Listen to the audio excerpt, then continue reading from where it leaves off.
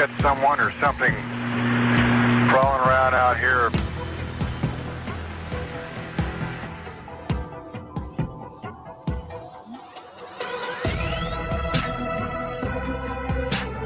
All I can remember is flipping the light on, and I see this creature, and I knew in my heart, I knew in my mind, in the whole night, this isn't a man. Went to look forward, and there was a big black thing, is all I can call it, that was in midair going across the road in front of me. And then this thing walks across the road, takes a turn towards us, and then leaps over a guardrail. And the whole time, the whole thing was shadowing us, right behind us, right on the side of us. You could kind of see the thing moving through the woods. There are thousands of perfect people whose word would be good on any other subject, who describe getting a good look at an enormous hair-covered upright animal. And that is a fact. Don't give me a snap.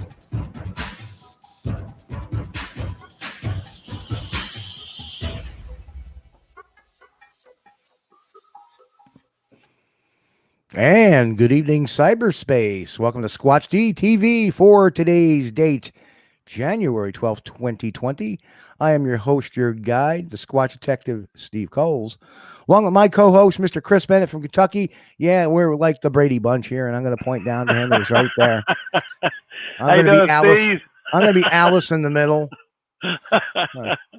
Oh, man. I'll tell you what, we've been really enjoying some nice weather here lately. I mean, okay, the storms aside, all right, it's been in the 60s and 70s the last few days, and honestly, I think Thursday or Friday night, whatever, I had to open the living room window because the house was actually too warm. Of course, we didn't have any, heat on the inside, but the house was too warm because of the heat during the day, and had to run.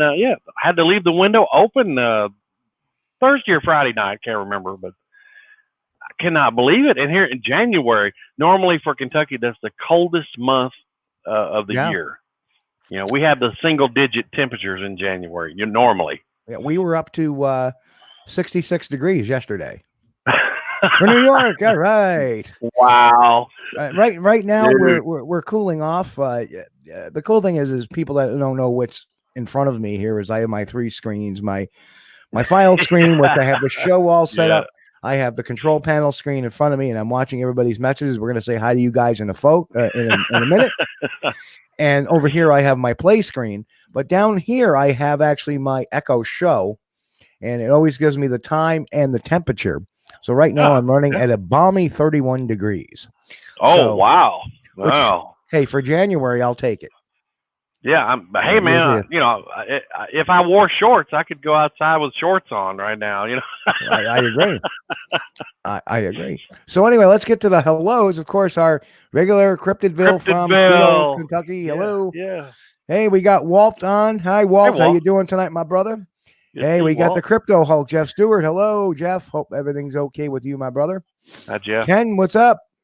What's up? Ken? What's up? Mr. Jimmy Trick himself. Oh. Jimmy Trick. That sounds like a wrestler's name, doesn't it? Yeah. Jimmy Trick. Hey, Jimmy. Yep, and he said 75, and today it's 36. Yes. Yeah. Wow. I've said this all. Mother Nature is schizophrenic. So, of course, we got Larry and Melinda. Hello, y'all. Good to hear from you. Nani, welcome back. I'm glad to see you're a regular. Nani. So this is awesome. It's nice to see these new faces coming back every week. Yeah. And, we try to put forth here the best information we can, the most honest information. And that's what we do here. This isn't clickbait radio where we're going to give you a sensational story. And that's all it is a story. We try to give you as much information as we can and let you figure it out from there. Man, Dave Dragison, Mr. Drag, how you doing? Hey, Dave. I saw. Hey, you know what? You want to hear a funny one? And I'm sure Dave's going to comment on this. I think Dave crashed a drone this week. It wasn't his either. Oh no! I saw that. Sorry to the legend hunters. Hate it when that happens. You know, I mean, my youngest boy, he got a drone for Christmas one year, and somebody gave it to him. I don't know. And so he's out there, you know, hey, Dad, you know, show me how to fly this thing. Sure, you know, I crashed it. And hello to Little Walt too. Hi, Little Walt. So, no, actually, Dave, I believe, was probably out filming with Ryan Cavaline from the Legend Hunters, doing Mountain Devil 2, The Creature. Oh, cool. So wow. I will actually be appearing in that video as well. When it comes out. All right. Because it's about Jan Clement and The Creature, and should be really cool. So they got my take on it. Of course, we did that whole thing. Jimmy. Oh, that's right. Jimmy Trick was there too. It's a sad moment, and I'm sorry I'm laughing. It's not funny. I'd be pretty pissed off if my drone went. Well, you know, things happen. You can't really get too upset about it. Well, you know, it's kind of funny. Before we get on to our topics tonight, I had a very cryptic post yesterday, and Cindy says hello. Hello, Cindy. Hi, Cindy. I had a very cryptic post yesterday because something happened, and everybody thought it had something to do with either cryptozoology or paranormal. No, it had something to do with real life. And somebody went out of their way to friggin' ruin something for me. So you know how I feel, you know, burn me once. Dave is washing his hands of the drone crash. Oh, it was Ryan. Oh, okay, Ryan. Not guilty. Not guilty. But when somebody goes out of their way to do it and then act like they didn't do anything wrong, or is playing like they didn't get ratted out, which they did. You know, so yes, the comment of "I will be a wolf in lamb's clothing" means I'm not going to say nothing until the time is right. So, that, you know how that goes. Well, you know, the world's full of people. Yeah, there's ones that will stab you in the back and act like they didn't do anything wrong. Yeah. And that's okay. That's okay. No problem. We roll on, and we move on from that to bigger and better. What's meant to be was meant to be, and what's not meant to be is not. So it took me pretty much all day to just, you know, between yesterday and today to get that out of my system. So anyway, we have a hell of a lot of topics to talk about tonight. You know, and he says, "Karma, yep, you got it." We have a lot of we got a lot of cool topics to talk about tonight, don't we, Chris? And last week we had Tim Stover on, and for those who did not catch that episode, oh man, you got to watch it. This thermal video and the breakdown of it, and it was good. I mean, we talked. I mean, literally, we talk about several topics over the course of a night. And, you know, we talked briefly about a couple other things, and then we got on this topic probably about 20 minutes after the hour. Yeah. And it just carried the whole, it was really good. It was fun. That thermal, man, you know, I like it. I really do. And, you know, Ron Bowles came up with a great idea for measurements and stuff like that with the heat packs on the measured stick. Yeah, I mean, these guys are sharp, you know, guys and gals. You know, these guys are sharp. We give that one the cash register for that one. Yeah. But yes, the soundboard is back, folks. The soundboard is back. Don't get me a Snapple. Anyway. Are you going to bring Eric back from the dead anytime soon? Weird. Yeah, there we go. We brought him back. Hey, hang on a second. Hey, he showed up. Hello, Rick. Poor Rick, he apologized to me last week. He's like, damn, I missed it. oh, man, you missed a good one, Rick. You can check it in the archive. It was good. Yeah. That's the beauty of the internet. You never really miss it, do you? Yeah. You'll catch it later, and it doesn't matter because ratings aren't necessarily on lot. We love the live audience because really, and I'll say this too, it's you guys who make this show. Yeah, and of course, Chief Dixon, how are you? Hey, Tom. Tom, we haven't talked to him this week, but I'm sure he's going to get back out there. So I know Ohio was getting smacked around with a lot of wind yesterday. Today we got it. Yeah. I thought something was going to come down today, but luckily it didn't.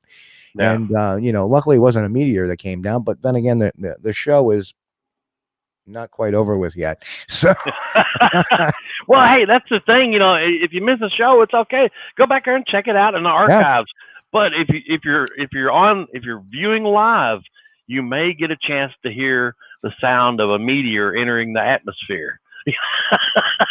That's right. It happened once. It can happen again. You never know. Hello, Tom. Hey, Tom. Yeah, and I don't know if I told if you remember this, Chris, but Tom and I, Mr. Tom there, he's chief of the Clinton Police Department down there in Kentucky. Yeah. And him and I used to be partners in an ambulance many years ago. Yeah. So yeah, stand-up guy. I loved the guy. I loved working with him. We always had a lot of fun, and I just so it's good to see my friends out there. Yeah. Anyway, let's get on to the topics for the night, and we'll start running that now, and let's take a look at the topics for the night, and then we can get at it. And we want to hear the audience's input on some of these things when we start talking about it. So here we go.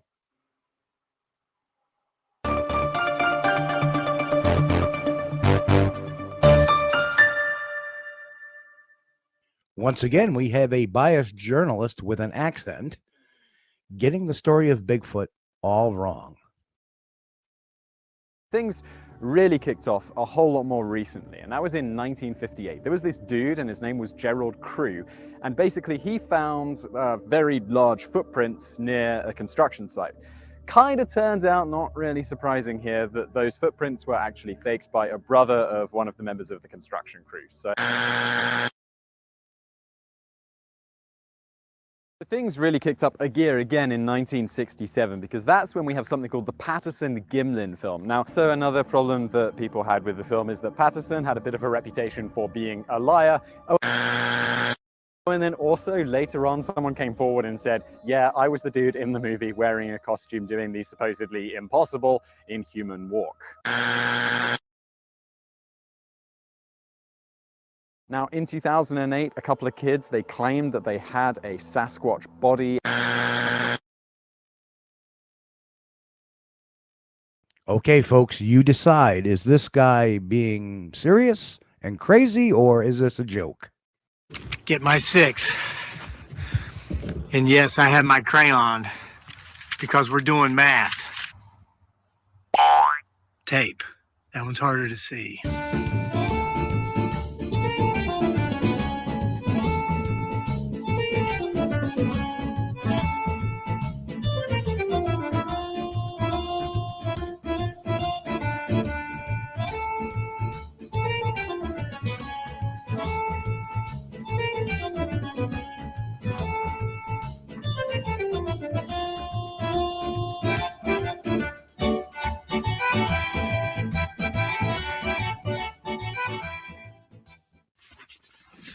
Did you see it?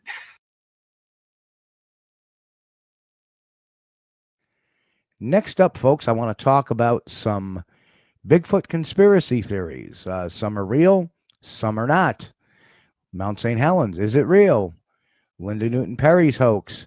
The 1962 Oregon Bigfoot. We know that's fake, but we're going to talk about it.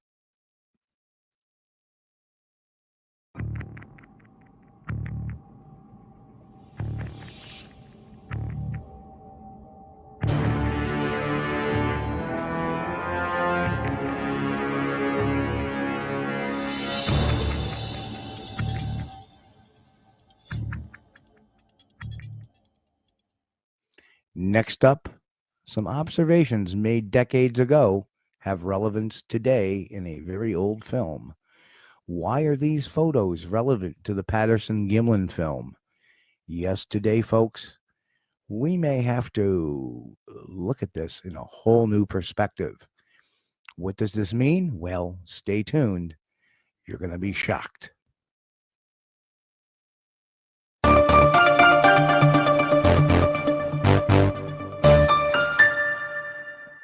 So there we have it. Of course, the Epstein video comes courtesy via the Butchie Kids. Yeah, I love that guy's videos. And the funny thing is, I actually started talking with them today. So Yeah. they are actually only about an hour south of me. Oh So, yeah, they're good. Yeah, Good deal. yeah. So we may have to have a little fun with them. Now he down the makes road. he makes the kind of Bigfoot videos and puts on YouTube that I like to see. Well, did you see they have one with a bear? Oh, And it's a real bear. no, I think I've not watched this one. I don't know. And it's a real bear, and the bear is in his shed eating the trash, and he's making all sorts of comments about.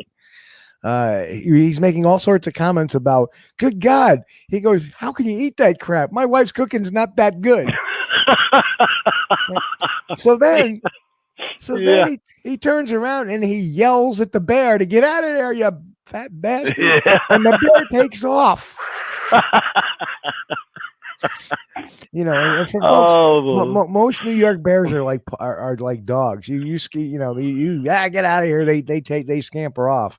Yeah. And he did. He scampered off a little bit, and then he waited, and then he's commenting more about the bear, and then he moves a little.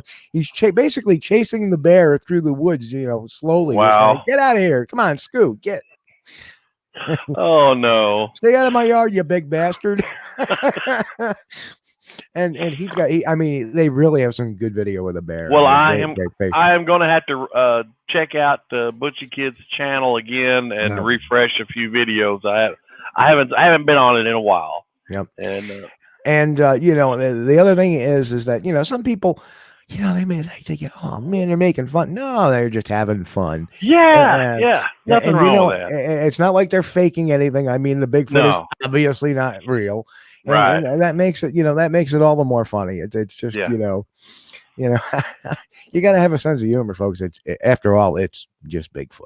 That's right. But anyway, let's get into it. We were talking about, the first guy. Again, I've talked about this time and time again. News sources getting it wrong, and that's this guy. Yeah. I don't even know his name. Truthfully. It belongs to this channel called todayIfoundout.com. Yeah, Whoa. today, and you know what? Frankly, today I found out that you don't know bull about bull.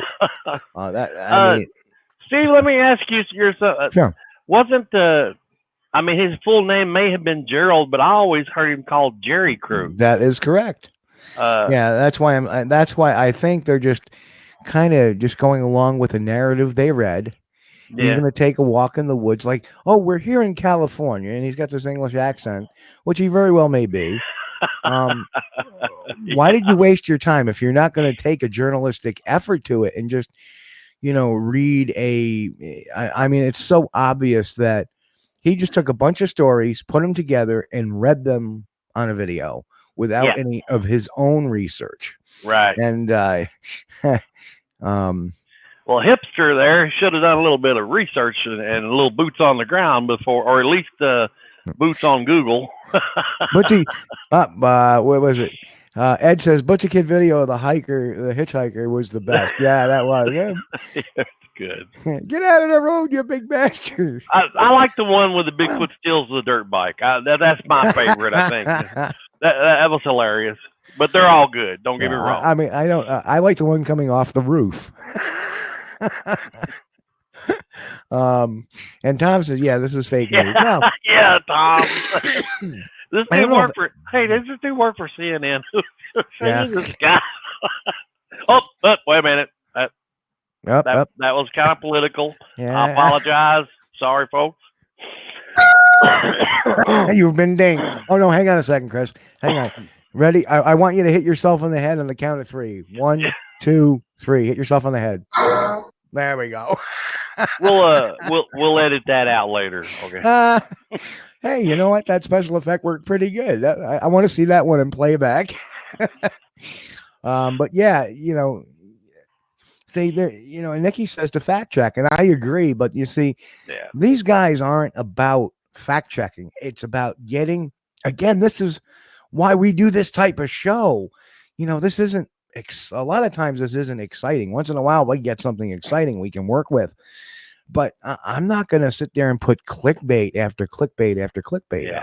Yeah. Up. Yeah. We want to bring you real stuff, the reality TV, the way reality should be, not, the snooky and garbage that we're up, Snooky. snooky. First one, I snorted. That's the first thing that came to mind when I think of bullshit reality TV. Yeah.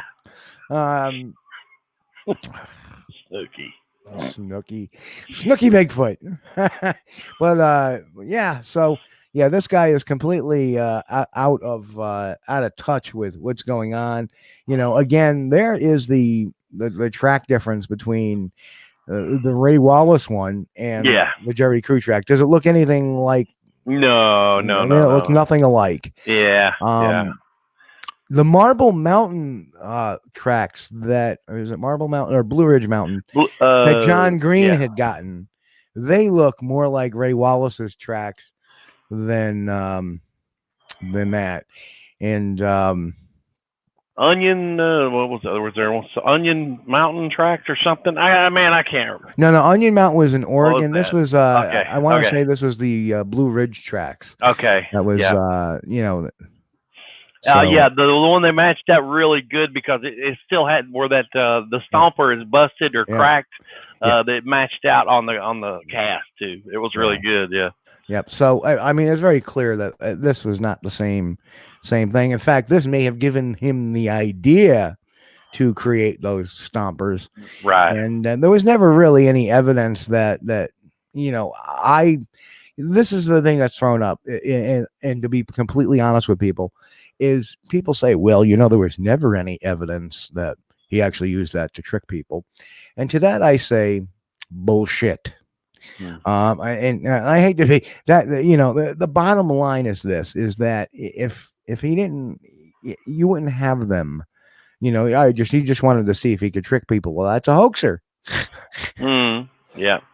So to me, there is really no difference. And, just the fact that we have John Green with the Blue Ridge Mountain trackway, is telling me, it's signaling to me that, he was hoaxing tracks, but how do you explain that for tracks found in Pennsylvania, Texas, Oklahoma, and Yeah, well, that's the thing. I mean, just because there's a guy out hoaxing tracks doesn't mean he made every Bigfoot track there ever was. And hey, Tim just popped in, and Tim, actually, we had a question for you, Tim, that maybe you can answer on the Facebook chat here, and I'll put the answer up. But they were asking if you've been back out there yet, and I said I know you've been dealing with a lot of wind conditions, so we have the Ray Wallace thing here. Then he calls Patterson a liar, and he had a reputation for being a liar. That's not a fact. That's an opinion. Yeah. Not really. No, it's pretty easy to assassinate somebody's character when they're dead. Yeah. Right. I had my differences with Beckford, but we got along. I mean, we talked to one another. He was on the show a couple of times way back in the day. I mean, you understand Beckford's been gone 12 years already. Right. Going on 12 years. He gave a lot of people a lot of different problems, but to me, with Patterson, right? Steve, Patterson, I don't think that Patterson has ever proven to be a liar, but there was something said in Greg Long's book that was attack of his character, and that was that he didn't return the movie camera that he filmed it. And okay, when you think about it, he rented this camera, okay. And then he went and got this, potential multi-million-dollar footage, okay, which I think it's still some of the best looking footage today. But of course he's going to keep the camera, right? He's going to pay the guy for the camera. So he didn't return the camera right away when the rental contract was up. I don't hold that against him. I'm sure the guy got paid. Yeah, Kenny makes a good comment. Hello, Kenny. Good to see you, my brother. Kenny. He says, report yeah. You just want to he kind of looks like the geek at the beach that gets the sand kicked in his face. Oh, he's definitely an English hipster. He's trying to be, or he's from Great Britain, and he's probably living in California, and he's trying to be a hipster. He just can't have a ponytail, I guess, because he shaved his head. Well, that's about the only good thing is his hairstyle. Yeah, Nani's got a good point. Yeah. I don't think Patterson was a liar. I think people just didn't believe. Yeah, exactly. You know, and of course, then he brings up the Hieronymus thing without bringing up Hieronymus. Oh, and that was the suit, allegedly the suit. And that, yeah, that you know, it's horrible. That's terrible. Yeah, and the footage was terrible too. I mean, I mean, it's just to be honest. I mean, Butchie Kid's footage looks more realistic than what Bob did there. You know, and then he comes off and says that in 2008, 2 kids. Yeah. Wait. 2 kids. This guy was a police officer, and the other guy was a certified,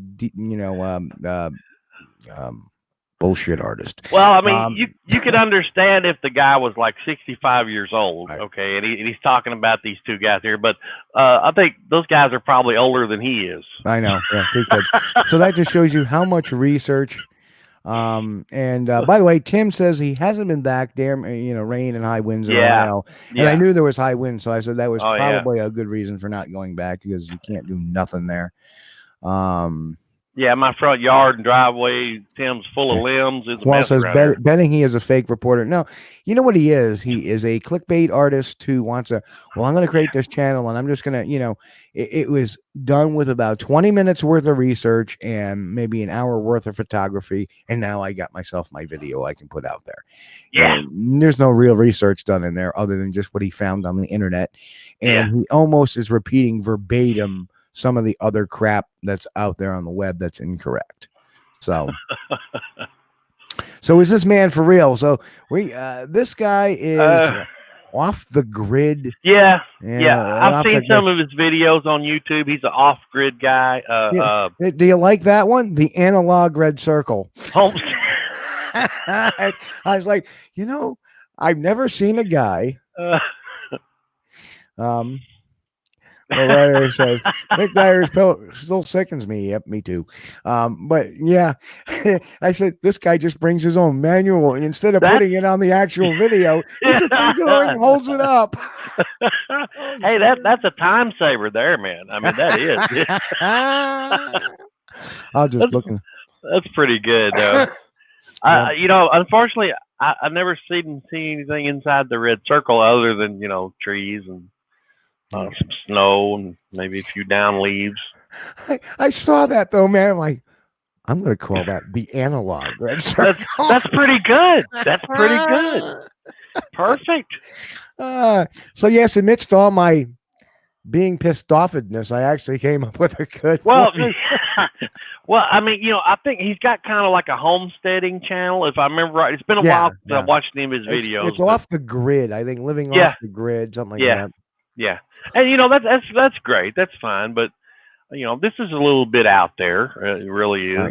Well, I'm almost debating, in my own opinion, I'm almost debating that he is just bullshitting us the whole thing, because it just I mean, if not, this guy has got to be the biggest crackpot ever, because I mean, you saw it. I mean, that is just a portion of this video, mind you. The video is like 30 minutes long or 20 minutes long, and 85% of it was just him walking around.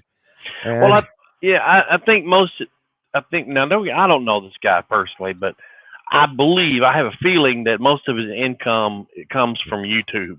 Yep. And what's Donnie say here? He's got more big activity than probably anyone I've heard of. Yeah. Well, here's the funny thing, and let's think about this. If he's living off the grid, how the hell's he on YouTube and Facebook and got their own website? And he's living off the grid. He's not that far off.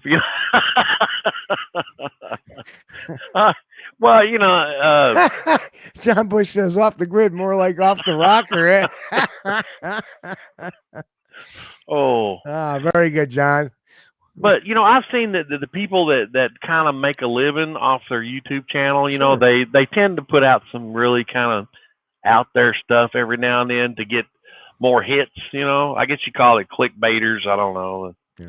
But now I don't know if he's doing this or not, or he really believes he's got something going on there. But, I mean, he may actually have something on there, but so far he hasn't caught any of it on film.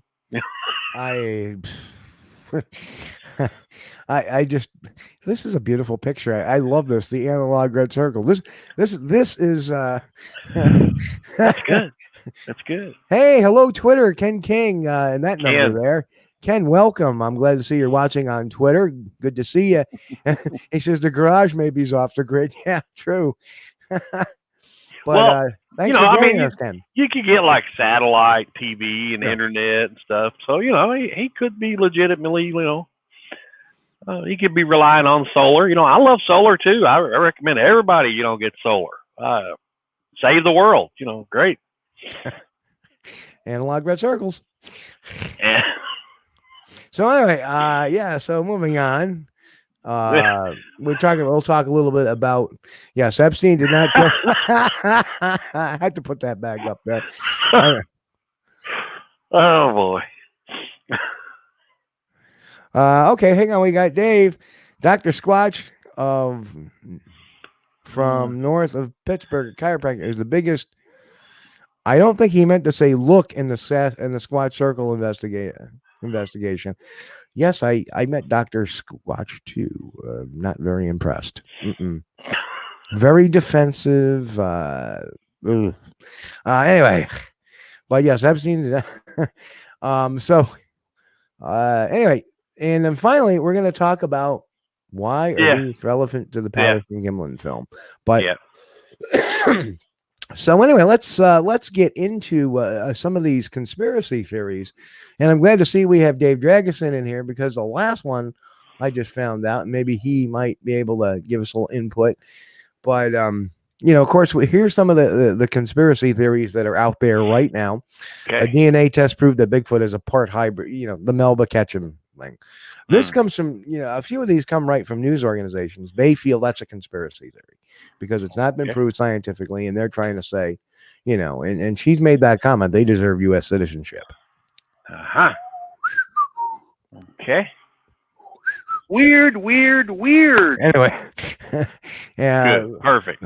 The government secretly moved burnt Sasquatch corpses from Mount St. Helens after the 1980 eruption. And yes, this story has been circulating since 1980, obviously. But not one of these alleged government people has ever come forward. So, here's the thing. In any type of investigation, the way I see it is, I've dealt with confidential informants. And when you deal with an informant, if they bring something forward and there's something to corroborate that with, then it is good evidence. Yeah. Correct? Yeah. But in this case, we don't have even the confidential informant coming forward because we don't know who they are. Right.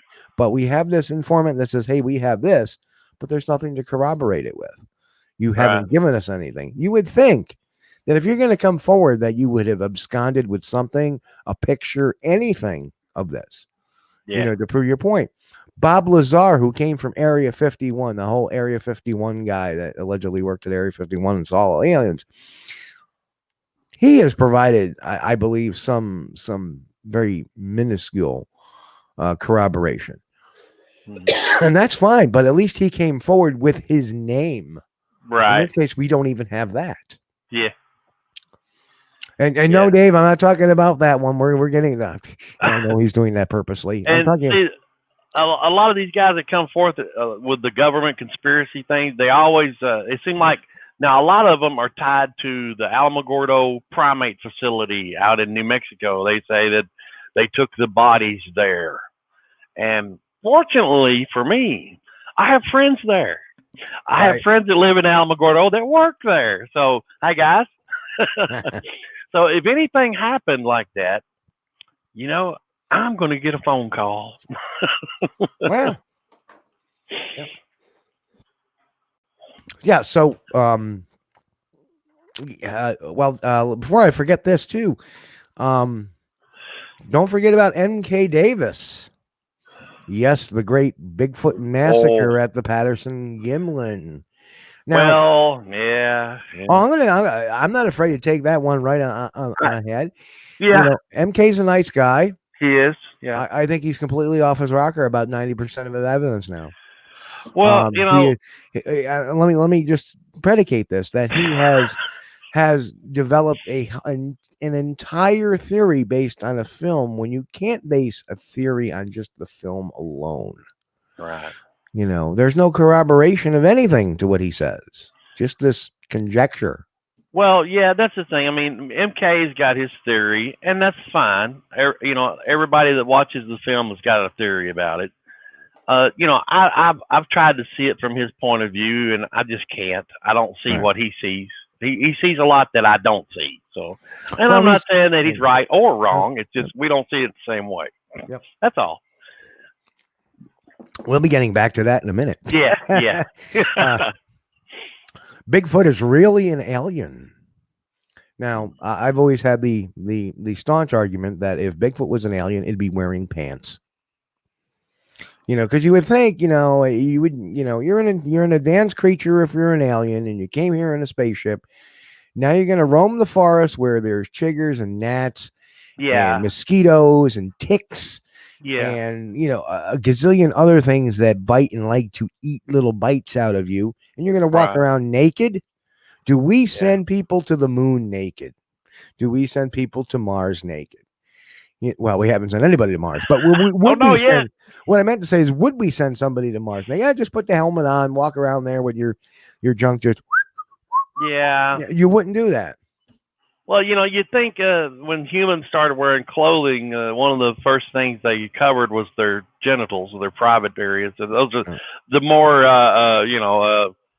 tender places that you could get damaged, you know. And hey, Mick, good to see you this week. Mick. He agrees that the MK went over the deep end with the accusations. Well, even more so was to me, and I'm going to throw up our YouTube banner too. If there's any new YouTubers, if you like what you see, please hit that thumbs up and subscribe. Yeah, smash that like button, guys. Come on, help us out. That's it. Hit the notification bell. Ding, ding. Yeah. You know, ring the bell. Ding. I'm using all the YouTube lingo. But we thank you for your support. Thank you, Mr. Bartles. But the reality of MK Davis is that he has gone into support a lot of other, like the fence climber, the thing going over the fence. Guess what? I've been there. I've been to that fence, right? I've seen the video. I've seen who is suspected to have done the video when he was alive.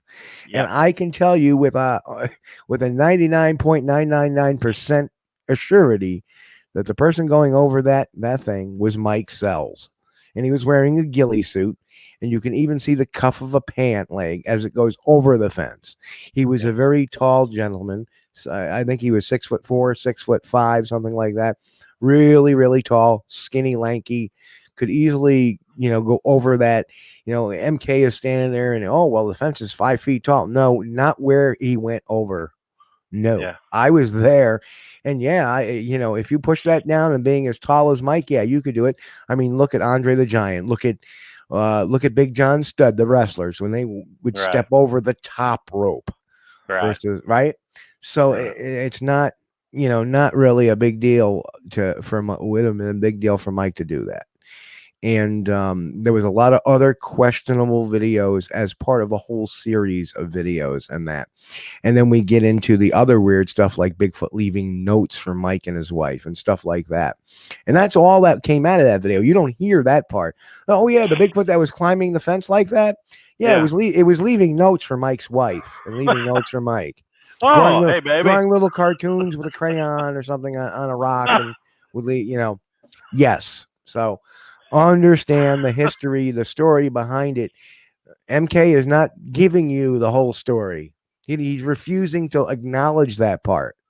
And that I feel is disingenuous, or he's just going to discount that. Well, you can't, if you're a real investigator, you cannot discount that. Nope. You just can't. You You know, can't keep the facts you like and discard the ones you don't. They all fit together. Right. I mean, I turn around and, hey, you know what? Somebody could say, hey, today, you know what? We've been seeing them on the edge of our property, and here's this incredible audio, and I listen to the audio. Okay, it could be, and then they turn around, and then they've been communicating with psychically at night. Thank you. Have a nice day. Oh, okay. You see what I mean? You see what I mean? The story breaks down. Anything that is surrounding that story now, when you get that type of curveball in there, now you understand what's going on. Yeah. So, what can I say? That's the MK thing to me, and I better catch up with the comments. Mike Sense going to well, whoopsie. No, Ed, actually, that was not at his MK's buddy's house. That was at the Sells property. So, which Jeff Patterson. On, yes, Bigfoot does send out Christmas cards. And what were the notes? No, they look like they actually see. I've actually seen them. See, that's the amazing thing. I've actually seen the alleged notes. Yeah. I've seen all the videos. Well, what was it like? Like little crayon color pictures showed a Bigfoot and his wife holding hands, or what? Stick figures. Yep, looks like second grade handwriting, maybe, from what I recall. Yeah, they left. Wow. They would leave writing utensils like crayons or something out for them to write with. So yeah. Well, that's a good idea. I think I'll start leaving crayons and coloring books in the woods. It gives the Bigfoot something to do, an activity, Maybe they'll leave me a picture. I'll put it on the refrigerator. Huh? But I remember this guy bringing this stuff out. Yeah. And he I mean, literally, now I'm glad we're on TV because you can see, but he comes out and he's like, and here, what's that? Bigfoot wrote that. He's all like all flustered and palpitating. He bought into this, and at that point, I was like, okay. So yeah. So at that point, have a nice. All right. Have a nice day. Yep. Don't call us. We'll call you. and frankly, Mick, I'll tell you what. It doesn't matter if Bigfoot wrote something. I'd be cursing, not cursive. And Bigfoot's a lefty or a righty. Ambidextrous. Yeah. I don't know. But anyway, so yeah, that I remember that whole thing very, very real. The guy lived in the Fort Worth area that we met. He was an older guy. He was one of the gaggle that was collecting these films with Mike Sells, and there was a few others. And yeah, I looking at all the videos, they were pretty much crap, I think. So the government captured a live Sasquatch in 1999 in Oregon, and that came out of Tom Powell's book, The Locals. But again, no source material. Yeah. Nobody's ever said that, hey, I'm the guy that came forward with that. So it's just another freaking story. Show me any Bigfoot conspiracy theory that has meat to it, has some corroboration. Now we can go into other types of conspiracy, like a hunter in Washington, while he was out there, shot 2 Bigfoot, and then he says, oh, I visited the forestry department, and they showed at my door and all that, and the only evidence we have of that is the lie detector, and we talked about that. Well, we haven't talked about the Smedge lie detector test, so we're gonna pause that and move that aside for time we get Steve Alcorn on, because he actually I think we did talk about that. We talked about a little bit. The polygraph examiner, that's right. Mm-hmm. And so you know, you have that mess there. You know, so there's so many things you can consider a conspiracy, a Bigfoot conspiracy theory, and that's a couple of them. Then we have, you know, and this is where Dave, I was going to ask that maybe Somerset, PA killed Bigfoot grabbed by there was reports of Apache helicopter seen flying over. You know, and that happened in 2013. I remember it was a 911 call that has since disappeared from the internet. And I have no, at least there's some corroboration there that something had occurred. The police determined that the print that was left behind was a bear. You know, but there was reports that over the scanner, they were saying,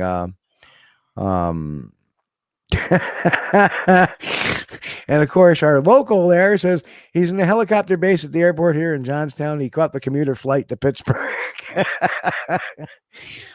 Well, he didn't take the red eye; he took the brown eye. Anyway, Pittsburgh. Yeah.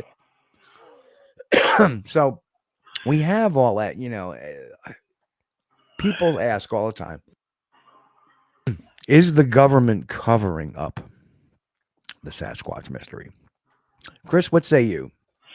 Well, I don't think they are, but it is possible that it could have happened at some point. The ones that you know, and my theory is the ones that they have covered up, or possibly, are the ones we never hear about. Exactly. Yep. Yeah. You know, I feel that, you know, there is not a vast conspiracy. No. I think that they're told that if they see, or, you know, a Sasquatch gets reported or whatever, yeah, it's just to deny it.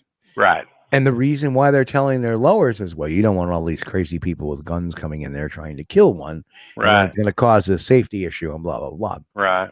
When I really think their ultimate goal may be because, well, if these really do exist, because let's face it, I'm sure the majority of them do not believe they exist. Right. You will turn around and, you know, but the guys that do believe they exist may think, well, this may ruin logging, this may ruin tourism, this may. That's it. Right. Yeah. There's no reason to believe that a government conspiracy exists, but there are reasons you could consider they would have one. And Nani, I believe the ones on the front lines, a lot of them said, you know, years ago I talked to a forest ranger in New York State, and he says, no, I wouldn't discount a Sasquatch under existence. There's land out here that hasn't been touched in hundreds of years. Yeah. You know, so he's like, no, I'm open to it. And when that shocked the hell out of me. So he probably had his share of things being heard, and it is what it is. Right. So moving forward here, you know, is there any particular conspiracy theory you may want to talk about, Chris? No, I don't really subscribe to those. But you know, like I was talking earlier, though, I mean, I could see why that the government may want to cover something up if one was exposed, but I've never seen any really true evidence of it, you know. Right. And the other thing too is I want to point out that you know, there's people out there that'll say, well, science is trying to deny this, it's a conspiracy. Now let's step back and let's step back at this and look.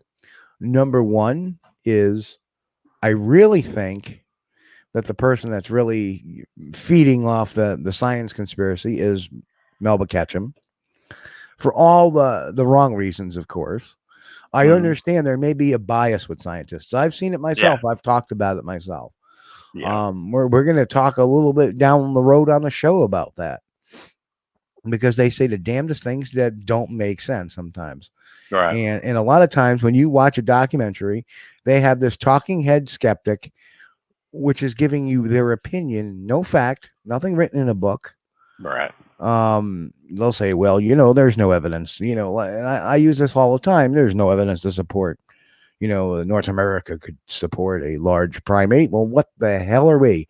So you hear that. Yeah. There's not enough food source in the forests for a Sasquatch to survive. Well, what are you talking about? A brown bear or a black bear needs 21,000 calories a day for 90 days straight to go hibernate. So a lot of their arguments don't stand up. Well, I don't believe they're part of the eco chain because this was an argument given to me, somebody on one TV show, on one radio show I did as a guest. And, I said, well, look at it this way. You may not think it's in the eco chain, but how do you know the eco chain is, they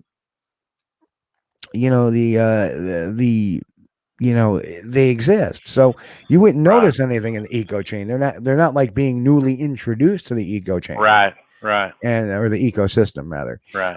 Dave Dragson, right in. I refer witness confirmation on the helicopter incident in Somerset. As well I do as a government to confirm the existence of these creatures, the impact and ramifications will be so far and wide. I agree. I agree with that. Yeah.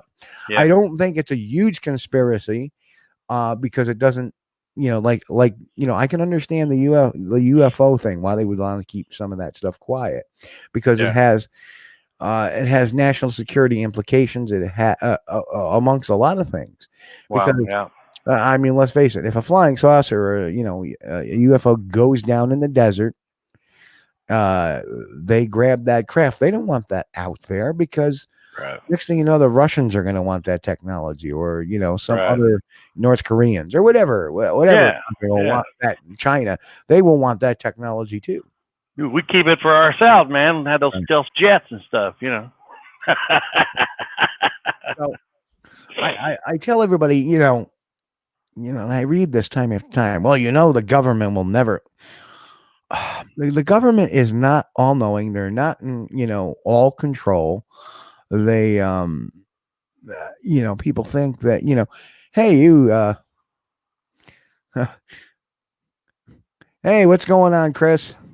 Hi from the urgent care. I hope you're not there. I hope you're not there on in urgent care because you need urgent care. And bull crap! All our apples were taken 2 years in a row. I do some prints. Well, I can. Okay. Yeah. Nani, they do that. You look at your apple trees one day and you're like, all right, I'm gonna go get me some apples tomorrow. And you go out the next morning and like one side of the tree, the side facing away from the house, is gone. Yeah. Every single apple. You're like, well, how did that happen? You look on the ground, they're not there. Where'd they go? I knew a girl could be some life. Oh, she's gonna kill you. You better hush. Right. Yeah. And Dave, that's why I put that one last, because I knew there was some truth to it. There was a 911 call. There was some scanning. I did a little bit of reading around. It kind of intrigued me. So I'm glad you popped in today. And maybe someday, hey, you know what? We'll get you Dave on the show. Dave, that'd be great. So, Drag's up and about now, so we'll get him back on the show and we can talk about Somerset and whatever else. But something that I don't like about that incident, though, the Apache helicopters, those are really small, Steve. They have like a really, where would they put a Bigfoot? Well, the Apaches I would think that they would probably use either use a Black Hawk, because this was 2013. They would either use a Black Hawk or a Chinook. Yeah. And for those who don't know, the Sikorsky Chinook is the two-prop helicopter. Big dude. They usually drop, troops with too, or even an Osprey. But I don't even know if the military still has the old Hueys or not. I guess they've probably been phased out years ago. But I'm sure when I was in, they had them. Yeah, and there was. I had a chance to be near one while it was running one time, and there was a bolt. I heard something rattling, and there was a bolt on the floor where the vibration had like rattled a bolt out of the wall or somewhere. And I'm like, I don't know. I'm not sure I want to ride in this thing. That's right. Let's see. Smith, you're in the Cobra. Smith, Franklin, you're in the Cobra. Myers, you're in the Apache. Wigglesworth, your scores are pretty low. You get the Yui. Yeah. The one was just shovel those bolts out and just pitch them out the door. You don't need those. Don't worry about it. But that brings a funny story. The first time I ever flew, it was funny. It's kind of funny. I'm at the airport. I don't know what kind. The first time at an airport, I'm like, wow, this is pretty cool. I'm gonna fly for the first time. I'm catching a flight from Albany Airport down to LaGuardia. Yeah. Flight. And I was sitting outside the terminal going, hey, look at that thing over there. It looks like a rowboat with wings. Yeah. Guess what damn plane I was on? The rowboat with wings. Oh yeah. Oh no, man. It was a prop plane too. I'm like, what the? Oh, I hate those things. And they had bags here. Like, whoa, I mean, it sat like 12 people. Yeah. Now, back years ago, they had an airport there in Alamogordo, New Mexico, and there was an airline that would fly you. It would pick you up at the airport at El Paso, Texas, and fly you into Alamogordo. And this was mainly for the airmen that were coming in. They'd drop them off. They catch the plane to El Paso, and they would catch a flight over to Alamogordo. And it was called Alamogordo Airways. And guys, I don't know if you're still in business or not, but after a couple of rides with them, I renamed them Alamogordo Scareways because you would be flying along in this little single engine Cessna, and then all of a sudden you would drop about 5,000 feet. Wow, that's not good. It's really bad. When the pilot asks, "Hey, can somebody get out and push?" That's a pretty bad sign. Yeah, if you guys are still in business, I mean, God bless you, but your airplane scared the crap out of me. Well, their maintenance motto: "Let crazy glue do it." Yeah, if it ain't broke, don't fix it. If it's broke, you know what? And if it's broke, don't fix it either. Crazy glue, duct tape. No, I'm sure they had good aircraft. It's just that area, man. It's kind of mountainous, and then you got the desert, and then fly over a little mountain, and woof, there you go. So let's talk about this. Okay. Here. Okay. I mentioned earlier. Yeah. And let's see. And this, we're going to put it out to the audience tonight. Yeah. Why are those two pictures relevant to the Patterson-Gimlin film?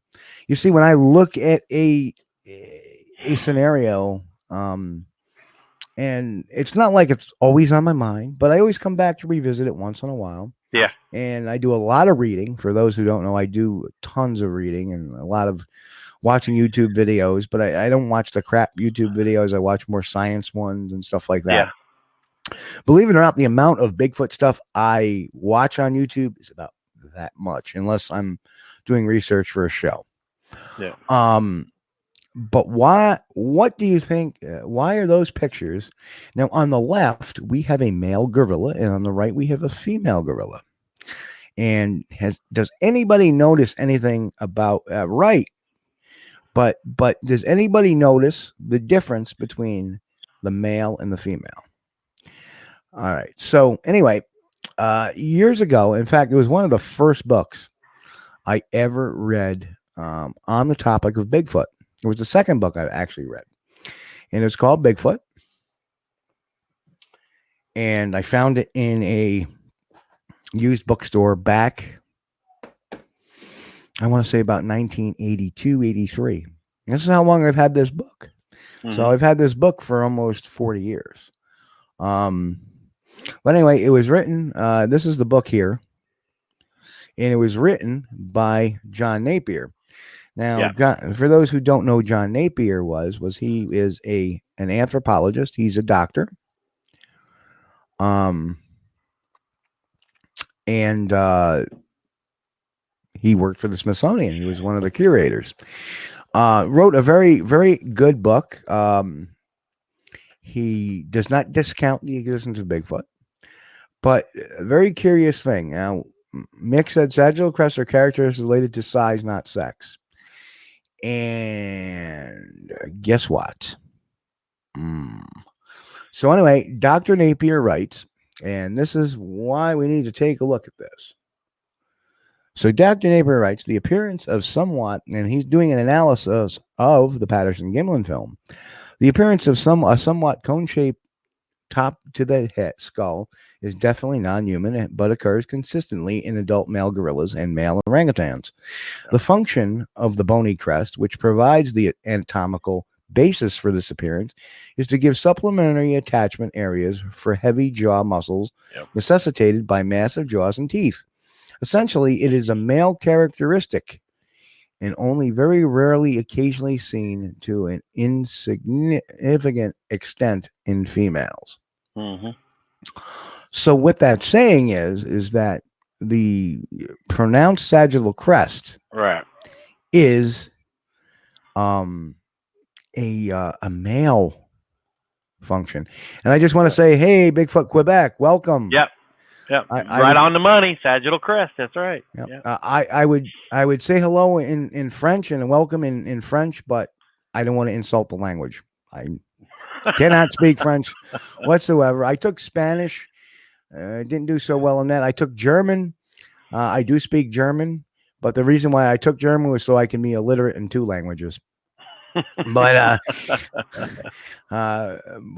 so I'll just say I won't say Heidi in French, but I'll say Willkommen. I'll say that in German because it's the only language other than English I speak. But what that's saying is that that this is a male characteristic, and the problem is that Patty is a female. And when we go back to the picture of where is he? When we go back to the picture of the gorillas, handsome looking fella there. He is. He's looking like what the? He's giving the sideways look too. Yeah. So when you look at the conical shaped head there, you can see in the female that pronounced crest is not there like you see in Patty. Right. David said, "Stick to pig Latin." That's right. Ixte ute igpe atenle. But when you see that sagittal crest on the far left versus the gorilla in the middle, right? That's different. There's a male and a female. Well, it's predominantly a male characteristic. Right. Yeah. And look at the jaw. I mean, you can see the bulk around the jaw. Yeah. Of the male versus the bulk around. It's very different. Yeah. Now in Patty, we look all the way to the right. We don't see that pronounced jowl there as much. Right. But we do see a sagittal crest, which appears to connect to the back of the head, to the shoulders, but it lacks going to the jaw. So here's my one thing. People have years. I'm not saying this is a suit, but this to me puts a lot of doubt in my mind. Because we've had reports of people saying Sasquatches with roundish heads. Yeah. And that makes a lot of sense because, and I didn't even know this. Learning is a constant. So even after doing this for 20 years, I didn't realize that the sagittal crest is only on the sagittal crest is only on the males, not the females. And even if there are some of the female, they're not as pronounced as the male. Yeah. So what you have is female characteristic of the breasts. Well, that was the thing that's one of the only things that bothers me about the Patterson-Gimlin film is Patty's kind of butchy looking, but she could be a manly looking girl, The other thing too is now, and I'm just doing this playing devil's advocate here. Mm-hmm. And that's all I'm doing. So don't think that I'm pro Patterson film. No. I'm on the fence about it. Always have. Well, I was pretty convinced for a long time. Now I'm kind of getting on the fence about it. There's just some things that the more I look at things, I have to be honest with myself, and I have to be, and that in turn, I have to be honest with you. I have some doubts, and not so much because Bob Gimlin's a hell of a nice guy, a great guy. But I look at this and I start to see a big flaw here. People for years have said that Roger Patterson, look at the how the shoulders connect to the back of the head with a conical shaped head. You know, you know, Patterson would never have the the smarts to correctly put the anatomy on that. But now we've heard scientists say that. But the problem is, it's not anatomically correct, because that's a female and it's showing a male characteristic with the sagittal crest as predominant as it is. Yeah. And that's a problem. Well, the thing is, you really can't tell much about the jawline. Right, this area here is where so you look at the big guy, okay, and you see this area here along his jawline is really pronounced. There's a lot of muscle right there, a lot, and so that ties back to the top of the head and the crest. And with Patty, you can't really tell that. There's a light spot there. You can't really tell if that jawline is as pronounced as the male guy there. And that's, like I said, that's the one thing that has bothered me about this. And the only reason, because she was different from what I saw. Right. So, and for those who are wondering, I live by an axiom that it's an investigator's axiom, that you stick to the basics. You stick to what what has been proven, what you know. And I know that in primates, and that befuddles me that people don't think, oh, Bigfoot ain't no primate, like that how to hunt guy, that he may know how to hunt, but he doesn't know how to squat about Bigfoot. That's for sure. Because he's trying to say they're a demon. Okay. Oh no. And then he's coming up with a conspiracy theory that's well, not me by name, but people that believe that Sasquatch is a primate, we're being paid to promote that. Mm-hmm. Yeah. Well, hey, I'm still waiting on my check. Well, it could. Me too. It could be a difference in the. Of course, that's a different species here. All right. Agreed. So, and you even have different characteristics, physical characteristics within the same species in the gorilla family, because you got mountain gorillas, and then you have the lowland gorillas, and they're they live on they've got a different diet, and so their physical characteristics are a little different than the mountain gorillas. Right, but the physicality stays the same. Like the orangutans have that same characteristic that the gorillas do, and they're continents apart. Right. So to me, I look at this and go, yeah. This could be I get what you're saying. This could be a killer right here, because as an investigator, a logical investigator, I have to stick to what is, if you're going to stick to a particular science, you have something like, okay, ballistics, that's a science. If you have something that doesn't conform to that science, guess what? Right. It's not that. So when you have all these things that, if you have something that doesn't conform like this, that to my mind puts a lot of doubt on it. I hate to say that, puts a lot of doubt. And you know what? That doubt has been sitting there, and nobody, and see, this is the difference between to be a skeptic, and I am not a skeptic. I'm a believer. I believe in the Sasquatch. I've seen them. All right. I have to evaluate every piece of evidence like a skeptic. We should always be open like that. Right. So when I look at this, I want to believe it. Oh, God dang it, I want to believe it. But I had, and I had a question about the storyline, and that got answered many years ago. And even so, the storyline, sounds like it was just an incredible, the speed at which they got the film process, everything like that. Okay. Well, it's possible. Okay. We'll put that aside. The story is okay. But then you have this. Well, and people defending Patterson by saying, well, he had no idea, this was the proper anatomy of a Sasquatch, or, the proper anatomy of a primate like this. But it's not, because it's a female with a large sagittal crest. So even the scientists that have said that in the past, that don't bring up the fact, well, the only anomaly is this. Yeah. That's an issue. That is an issue to me. It's going bias. Well, you know, Steve, that was an issue with me on the film. And matter of fact, that's probably the only issue I have with the film was that one physical difference.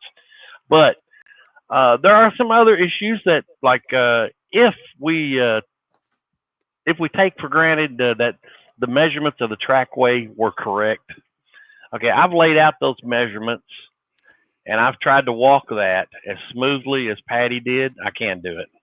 Right. I can't do it. I don't know anybody can do it. My nephew, of course, you know, I'm like 5'9", maybe bump 5'10", and so I'm not the tallest guy in the world. But I got a nephew. He's like 6'4", 6'5".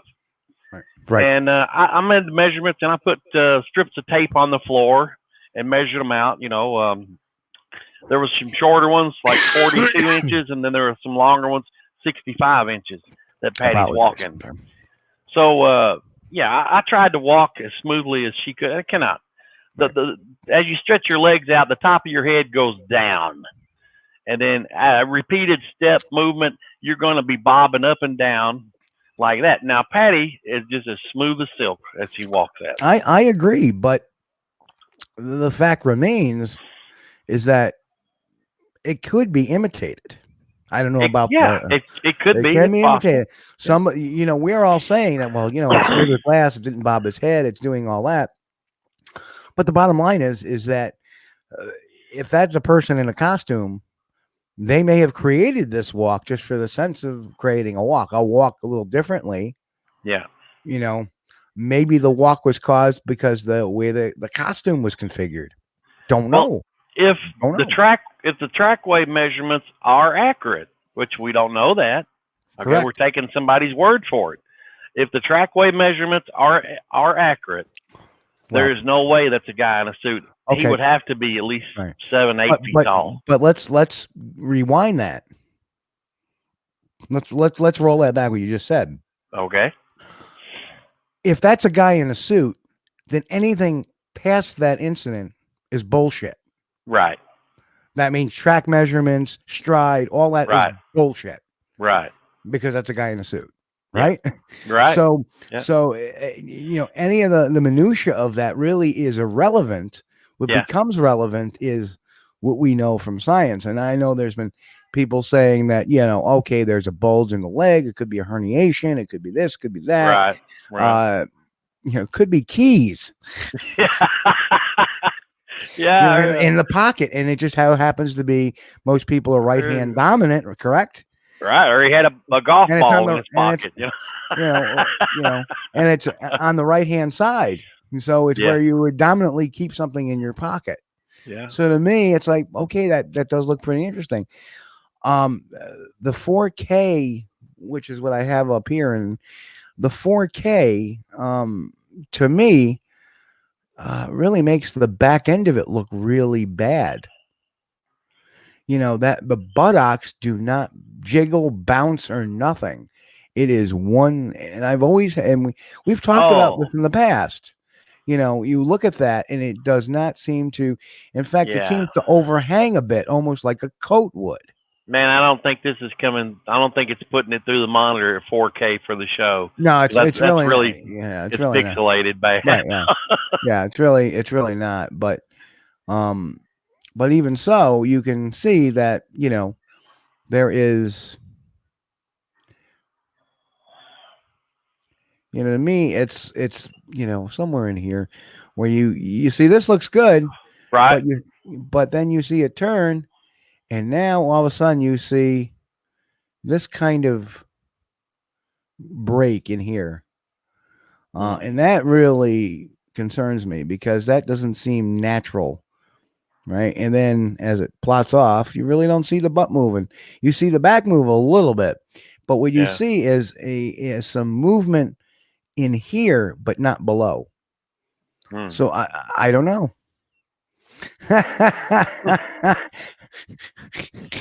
Yeah. Sure is. Baby got back. But you know, so that is you know, well, here's even another shot. See the earlier shots, even to me, you look at that and it looks like there's a delineation right there. Right. So to me, the 4K, even though it's really not streaming at 4K. Even the copy I have here, it's because I downloaded it, is not the greatest. It looks awkward to me. It doesn't look smooth. Now that and let's also take the fact that most people report Sasquatches as long-haired, right? Yeah. So we have, I've been doing this for years. And Jeff is disagreeing, and that's fine.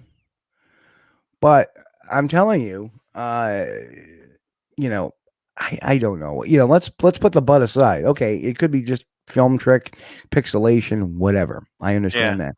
Doesn't explain the sagittal crest on a male, on a female. Yeah. Does not explain that. So that is a huge issue there. So why is there a sagittal crest on a female? It doesn't happen with primates. That's the equivalent to like ballistics, folks. It's like, okay, we know this is a characteristic of this particular gun. It shouldn't be doing something outside. Now, is it modified? That would be the next question. So maybe there is something different to that species than the others. Entirely possible. Well, I didn't really discount it on the film based on that one problem I had with it. Right.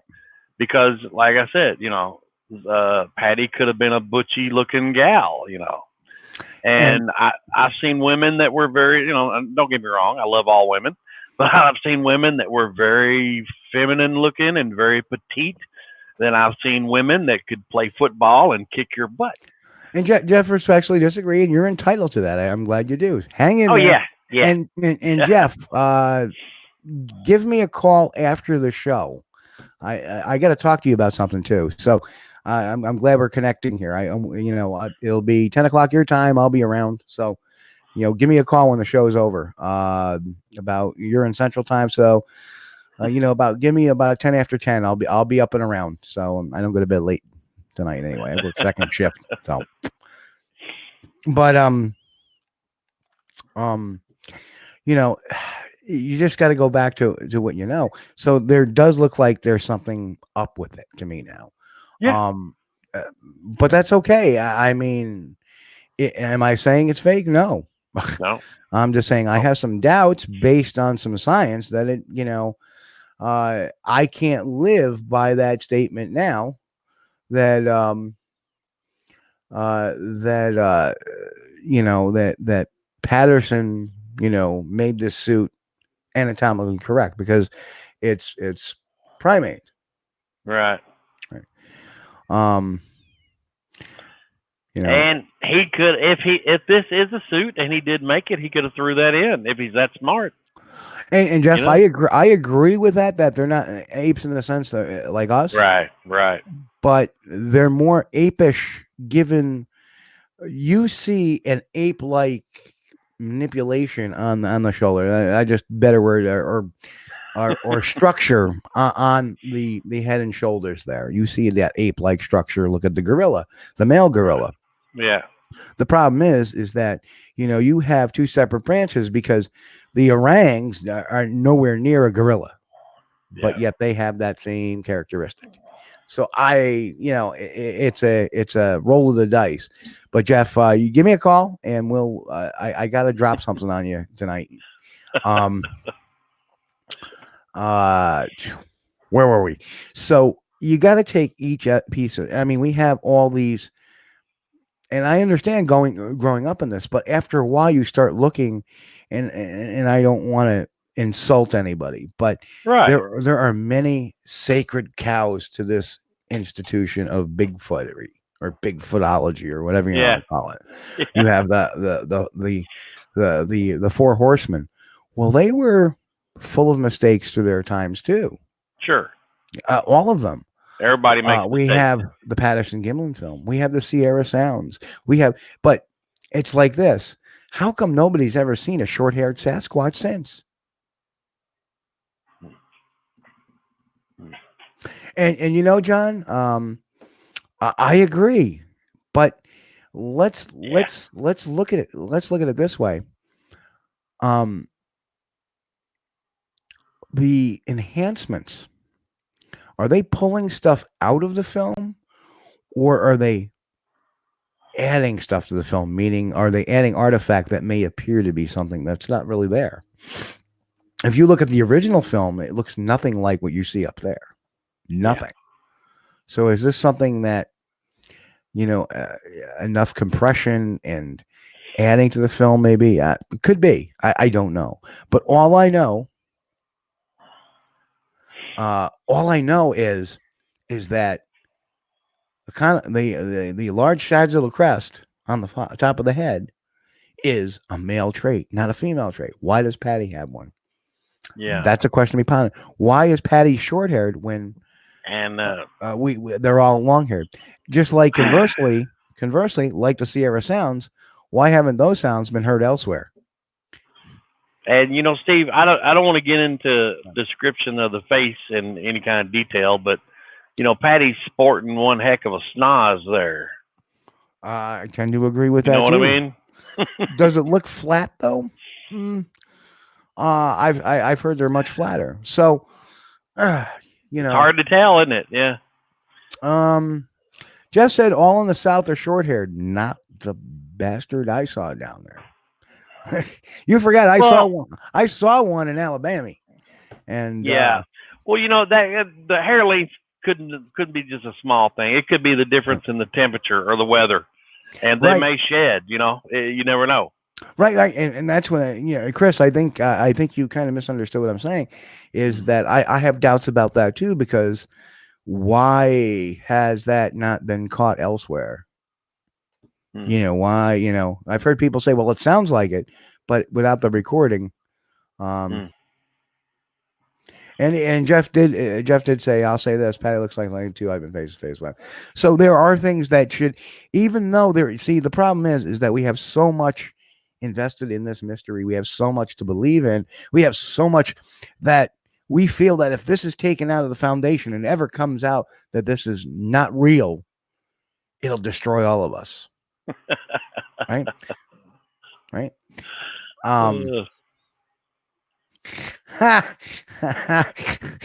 Jeff said Alabama's north of us. Oh man. Jeff is really south when he's calling Alabama north. Yeah. Yeah. So what Yankee infantry did the people from Alabama fight for? Yeah. Oops. Too soon? Yeah. Those dang Yankees from Alabama. I know. Yeah, well, people call they think Kentucky's south. We're not really that south. I mean, well, maybe just a little bit. No, I guess my whole point there, though, Chris, is just a little bit. My whole point is that we have things that we've taken for many years for granted and belief, and the more you start, remember, a mystery is like an onion. All right. And as you. Chris said, wouldn't be the first. Yeah, truth. This is not a perfect science. I've been wrong. Chris has been wrong. But the point I have is that we have all these things that we believe so dearly in that there comes a point, maybe it's my age, I don't know, maybe it's a realization that I have to look at everything a little more deeply, a little more suspect. Yeah. Not for the fact that I'm being a cynic.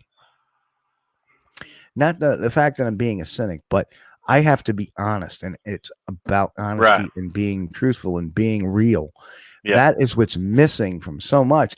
And if we blindly follow without questioning, then we're failing. And for many years, myself included, I blindly believed in this film. And and Tommy John just brought it up too. Homemade girls have the crest pointed head. Yeah, Patty has it. Exactly. That's the point we're talking about, Tommy. Yeah. we have to peel that onion back together. And there's going to be people that are going to resist that. There's going to be people that are going to be angry about that. But that's what honesty tells us. Right. I am not making a ruling based on this yet. Right? Yeah. And there's still layers that have to be peeled back. Right. But this, as I'm peeling back layers, I'm going, okay, that looks good. That's looks good. And now all of a sudden I have, what's this? Right now I have to put the question mark on something, and it's a huge question mark to me. That's the thing, the Patterson Gimlin film doesn't prove they exist. It doesn't. No. But it is. I like it. I do. Is it proof of one? I don't know. I wasn't there. That's the thing. I got to keep that. You got to put the skeptic hat on, and I wasn't there, so I'll never know for certain whether that's the real deal or not. There are a couple things, one really big thing that I don't like about it, and that was Patty's head shape.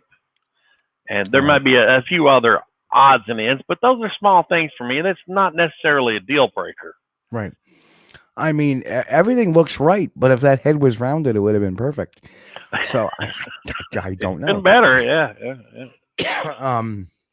If he was preparing for a perfect hoax, he would have made that head round, I would think.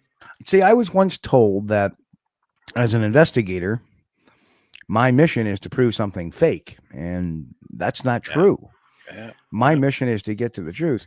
Right. Somebody, they also said, well, as a professional investigator, your mission is to prove somebody committed a crime. No, not at all.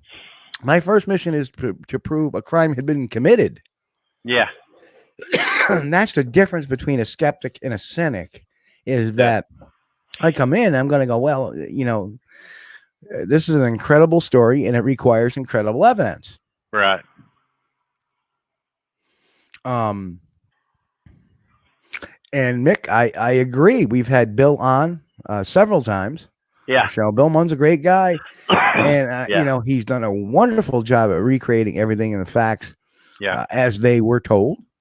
Again, we got to understand that Bill does a great job of putting the picture together from what was told.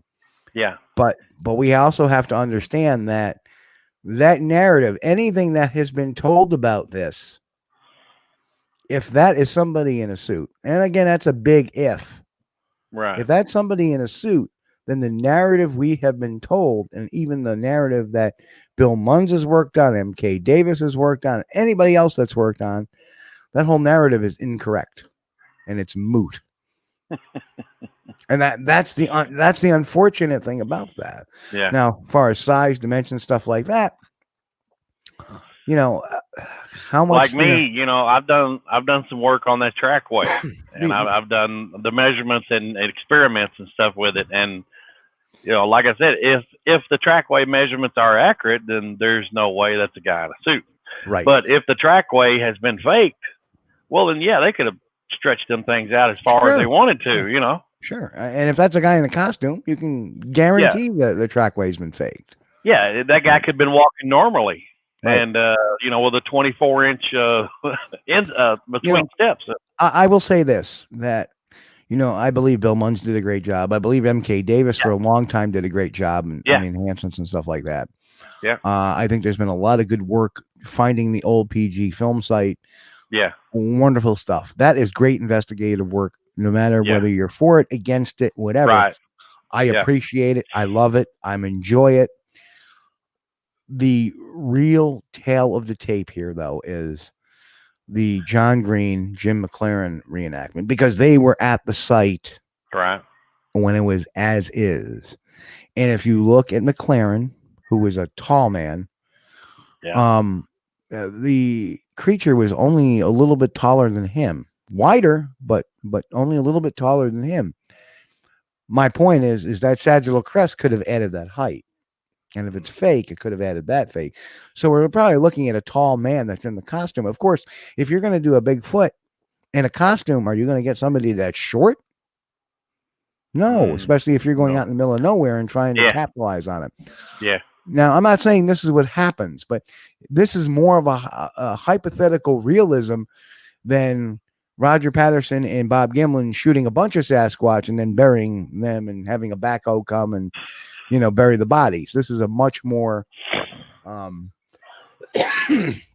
logical explanation. Yeah. You know, was there motive to fake it? Yes. Doesn't mean it was. And motive doesn't prove a crime. Yeah. Right? Only a crime proves a motive. And sometimes you don't even get a motive. And Bigfoot Quebec says a hair bun could look like, yes, but again, if you look at the hair size on the creatures, it doesn't have very long hair. And that's a big thing. And there's no evidence there to support that that's a bun, because if you look at, I want to say frame 3-7 something, the upper frames, you can see the back of the head very clearly, and you can see the shoulders going up into the back of the head like a gorilla would, which was a very convincing thing. Definitely not a hair bun. You know, I don't know any other primate besides a human, a Homo sapien, that would keep their hair in a bun or even fix it. And usually when you put your hair in a bun, you either tie it and it would be very noticeable, or there would be some bobby pins or something to hold it in place. We're not seeing any of that there. We're seeing a very uniform, neat type of head. And Bill Munns has done first class work on enlarging these photos, and you get a lot of clarity where he has digitally scanned it frame by frame. So I think his site's still up, the munsreport.com. Yes. Yep. And that is a really good site to go if you want to see some really clear frames of Patty. It's really it's worth the trip to go over there. It really is.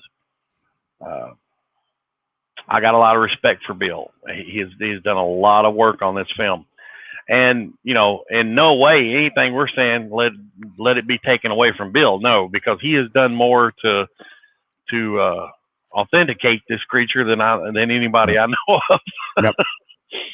You know, there's other things that I notice automatically about a Sasquatch versus the gorillas here. Notice the facial hair extends, you know, under to the upper lip, like us. And I think, I'm not sure, I got to reread it, but Napier kind of alludes that it looks like it is and this was his opinion just 5 years after, 5 years after this was filmed. Right. It was his opinion that it looked to him like somebody took a gorilla and mishmashed it with a man. And that's what it looks like to him. And then he brought out a lot of other points about why he did not and you know, Mick says that it's far more difficult to explain the PGF as a hoax than as a legitimate creature. And I beg to differ. I mean, it's not that easy, man. It's not that easy, because that's why, you know, let's put Hieronymus aside, because I don't believe he was the guy in the suit for 1 second, because his story would change. So I think he's full of shit too. Again, my opinion, and I'm entitled to my opinion, I think he was full of shit about the whole thing, and you know, he couldn't come up with a costume or anything like that. And Hieronymus' story changed from, well, I just showed my mother the costume, to, oh, I stopped in the bar and showed everybody in the bar the costume. Well, then there would be a lot more witnesses, wouldn't there be? Yeah. Not just your dead mother. But you know, is it more difficult to explain that as a hoax? No, not really. You know, let's start. Well, Roger Patterson, you know, wrote a book a year or two prior to this big expedition, said he was going to, told everybody, I'm going to get myself, you know, film a Bigfoot. He went out there, he actually did it. You know, the film got done immediately after the trip. If you believe the Hieronymus story, it was the date of the film actually wasn't the actual date they filmed it. So, you know, you look at all these things. Now, I'm not saying that, you know, if we're looking at hypotheticals, you know, and now let's look at the fine particular thing. The butt doesn't move. The you know, it's got a male feature on a female.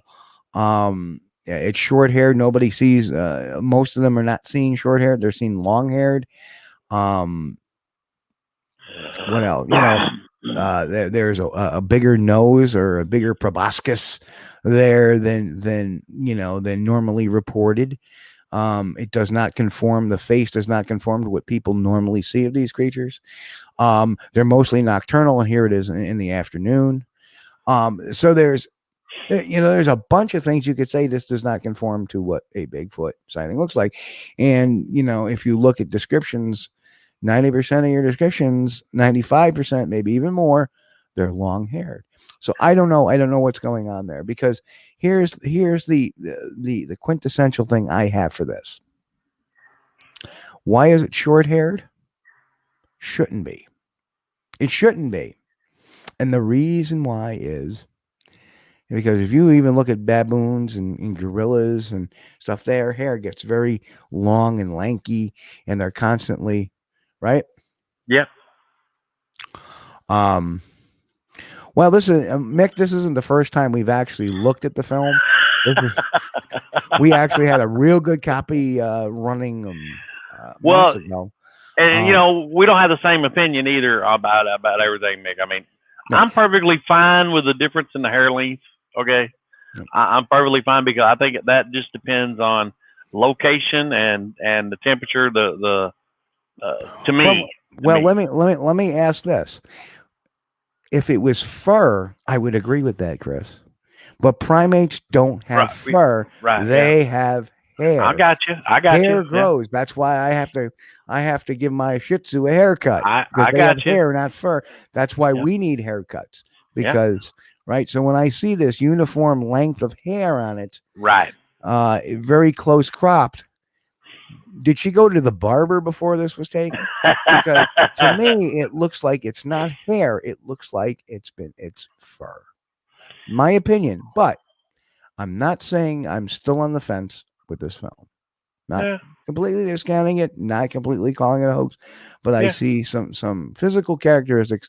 And again, it's about being real with ourselves. Yeah. Not when I'm trying to put anybody down or trying to say, aha, there's the gotcha moment. But I have to be honest when I look at things.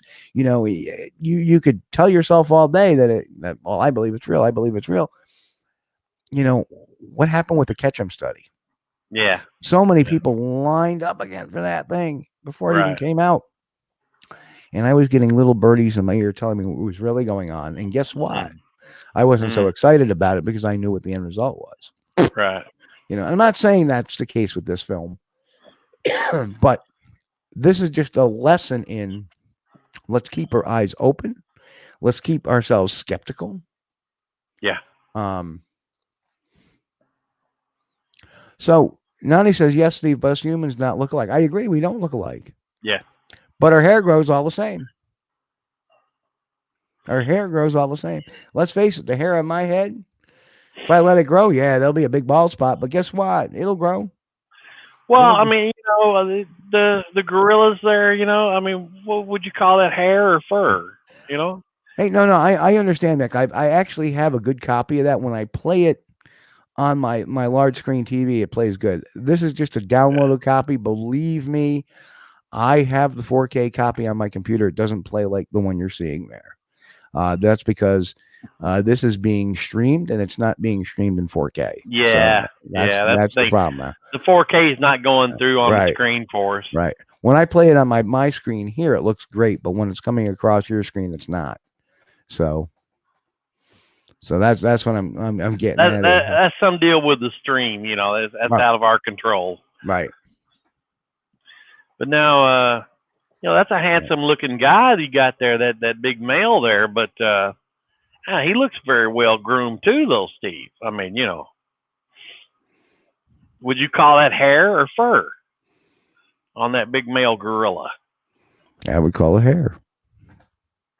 But he looks pretty well groomed, though. Well, that's what happens when you're a silverback. All the females groom you. Aha. Now we're getting into a trait Yeah. That would be a family group event of them sitting around in a pile grooming each other. Yeah. I mean, I'm not discounting that. You know what I mean? Yeah. I'm not discounting that. Like I say, there are numbers, so, but the thing was, it's easier to say that this is real than it was a hoax. I'm just playing devil's advocate here, folks. I'm trying to get people to let's level the playing field. Let's and you're damn you're dying straight. I'm a silverback. Well, I'll tell you what, my beard has gotten awful silver. If I let this grow in, remember, for a while I was sporting the little beard here, and it was white. I'm a silverback. Mine used to be kind of brown, and now, man, it's really. Well, you know what happens? You know what happens, Chris? You go from being a quarterback to a silverback, and eventually you become a hunchback. So that's about right. Yeah. But no, and this whole lesson is a lesson. Actually, this whole thing is about a lesson, and let's keep our eyes open. Let's keep aware, because there's things you can pick out of anything. And what does that mean? It doesn't conclude to anything. No. What it concludes is that this is why this is not evidence, because there's too many arguments that people can throw at it that are actually legitimate. Yeah. And nothing for nefarious reasons. I can keep the nefariousness out because, and you can tell staunch defenders, like, well, you're saying that Bob, no, I didn't say anything about Bob Gimlin or Roger or anything like that. No. All I'm saying is this is the reason why, if I look at it in an analytical way. Yeah. I've always said this. Hey, you know what? The strength of the film is only as good as the strength of the story behind it. And it's got a damn good story behind it and a consistent story behind it. Yeah. But I also may make a point that Roger Patterson for a long time was going around in different communities and stuff like that, doing like little meetings with people, and go to the community rec center or whatever, and for a fee had people come in and he would show the film and talk about it while he was still alive. Yeah. And a lot of people did not realize, but I actually, in doing some reading today, it was an article on Cryptomundo from 2009 written by Lauren Coleman that we talk about the confusion, and this is how the conversation tonight goes full circle. We talk about fake news, and when you talk about fake news, we hear, and I talk about this all the time, that in 2003, ABC News came out with a story that said when Roger Patterson died in 2004, 2003, or whatever, or 2002, he admitted that the Patterson Gimlin film was fake, and that was incorrect. They had confused Ray Wallace with Roger Patterson. However, there was a deathbed confession by Roger Patterson to Roger Gimlin, or to Bob Gimlin. Bob Gimlin, yeah. Right. That during his little jaunts, a lot of people didn't realize that Bob Gimlin didn't go on tour with him. No. But Roger Patterson used a phony Bob Gimlin. Yes. So he would have somebody, right? Yeah. He would say, I'm Bob Gimlin, and I saw that Bigfoot too, but it wasn't Bob Gimlin, because somebody actually told Bob Gimlin that, because he was a friend of Bob Gimlin and was watching Roger's presentation, and this guy gets up and says he's Bob Gimlin. Yeah. And he bit his tongue. He wanted to get up there and say, that's not Bob Gimlin, but he thought better of it. Yeah, I think his exact words was, "You're a dang liar." So. Yeah, that part I didn't like. Yeah, but that happened. That happened. So to me, like I said, somewhere you have these two extremes. Right. You have all this stuff and all this stuff. Somewhere in between is the truth. Yeah. And the only way to get to the truth is peel that onion. Right. And for all those years, Bob Gimlin never received a dime of anything. And he still maintained that what he saw was Bigfoot. So, in my opinion, and this will never change, I believe Bob Gimlin to be absolutely telling the truth, what he believes is the truth. Okay. Not necessarily, you know, could he have been hoaxed that day? Yes, he could have been. But did he know there was a guy in a suit? No way. Well, no way. No way. Well, you may say that, Mr. Bennett. You Mhm. may say that. Yeah. But I always say this. Mm-hmm. Is Bob Gimlin a great guy? Hell yeah. Is he a salt of the earth guy? Hell yeah. Yeah. But if the film comes out to be a fake, if it does, Right.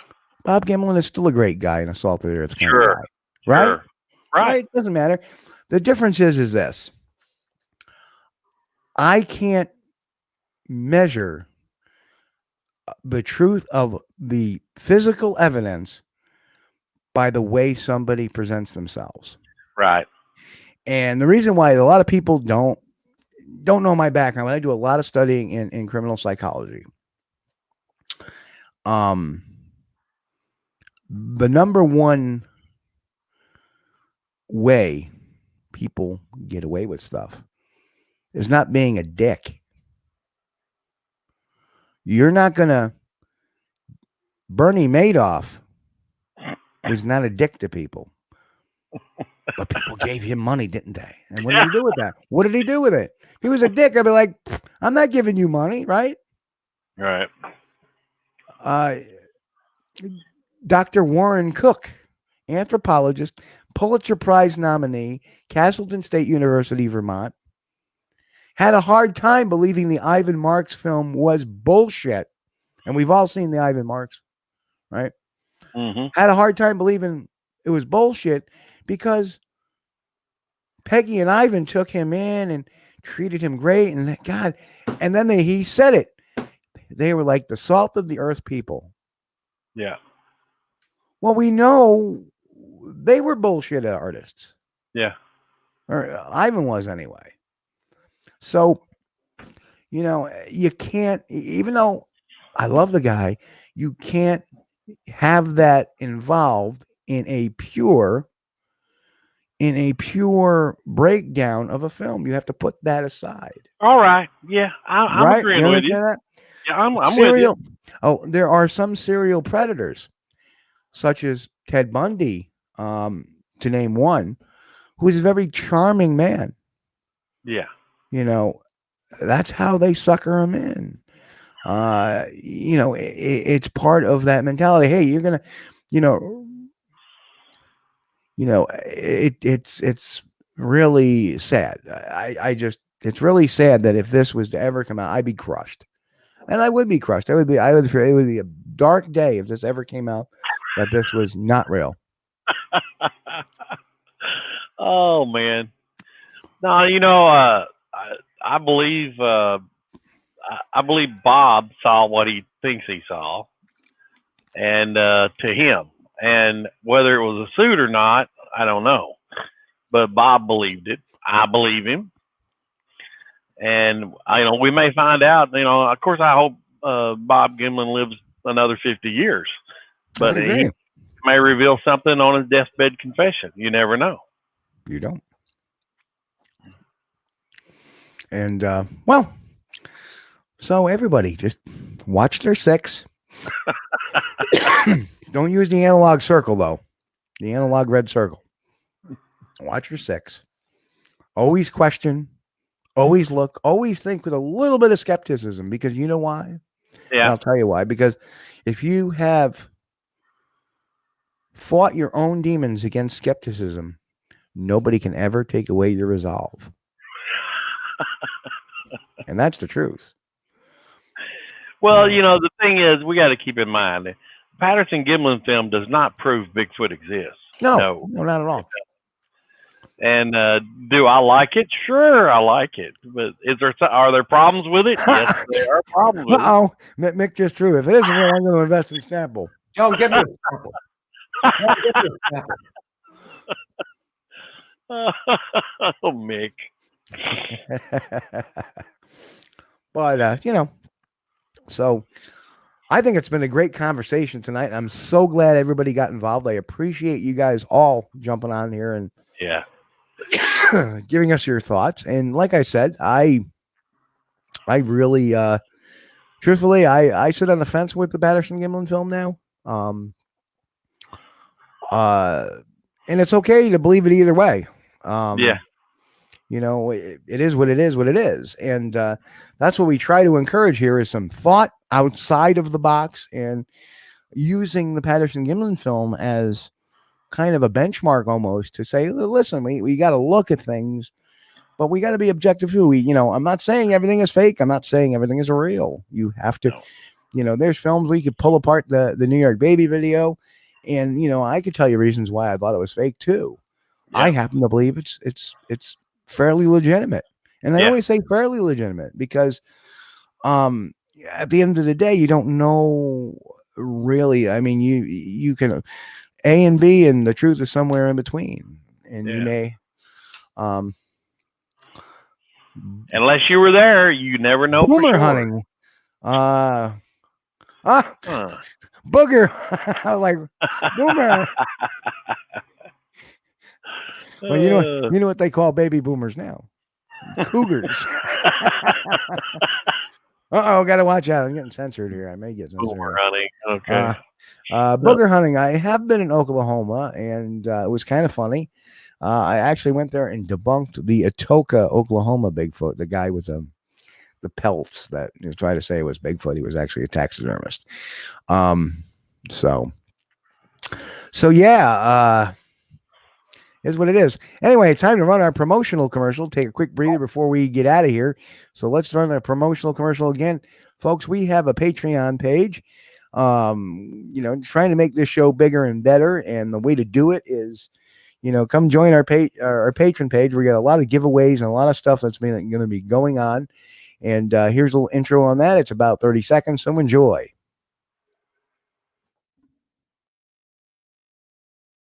Hey everybody, I've created the Squatch-D TV fan club page. It's time that we expand and we make the show bigger and better. And to do that, I've had to create a Patreon page. Of course, Squatch-D TV will be always free to anybody that ever wants to watch it. That's a given. But at Squatch-D TV fan club, we're going to be doing a little extra. There's going to be giveaways. There's going to be polls. There's going to be one-on-one discussions. There's going to be all kinds of different things that we're offering to be part of the Squatch-D TV fan club. The other thing, too, is you may even have a chance to join yours truly on an expedition in the Adirondacks. That's also part of the Squatch-D TV fan club. Anyway, check it out. Think about it. We're only going to make Squatch-D TV bigger and better for 2020. So everybody, keep on squatching. There's me and my crazy look. But yeah, we do have a Patreon page. I'm trying to find it. Oh, there it is. There's the Patreon page up there, and we have all kinds of levels and all kinds of fun stuff. So over there at patreon.com/Squatch-D TV fans. So, check it out if you're interested. We're here 24/7 all the time. But anyway, yeah, Chris, a hell of a show this week. Again, we act on this show is it's a fluid show.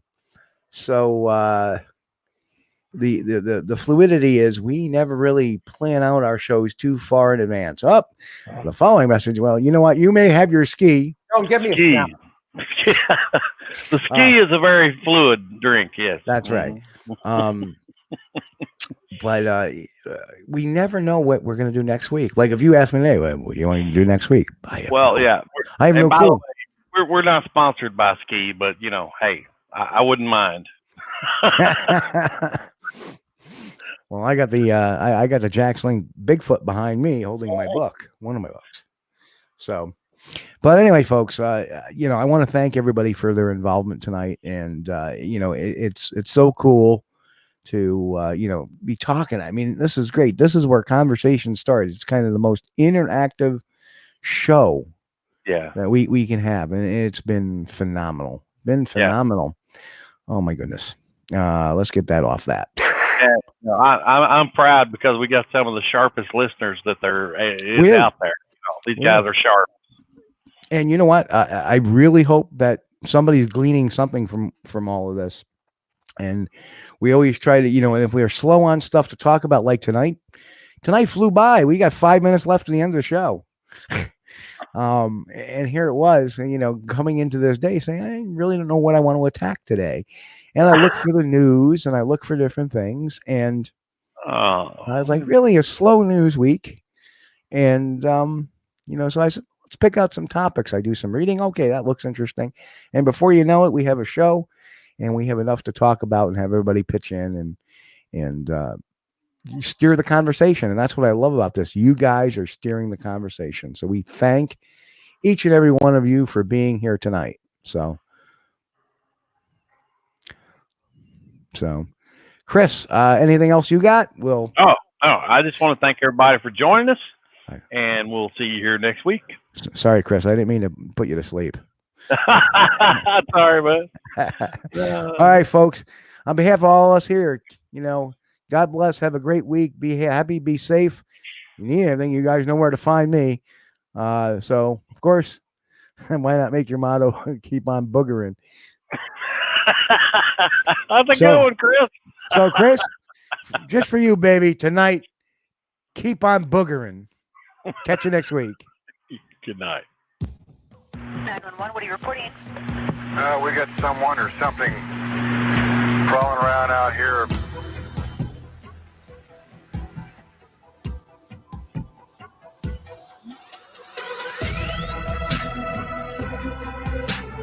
All I can remember is flipping the light on, and I see this creature, and I knew in my heart, I knew in my mind, in the whole night, this isn't a man. Went to look forward, and there was a big black thing, is all I can call it, that was in midair going across the road in front of me. And then this thing walks across the road, takes a turn towards us, and then leaps over a guardrail. And the whole time, the whole thing was shadowing us, right behind us, right on the side of us. You could kind of see the thing moving through the woods. There are thousands of perfect people whose word would be good on any other subject, who describe getting a good look at an enormous hair-covered upright animal. And that is a fact. Don't give me a snap.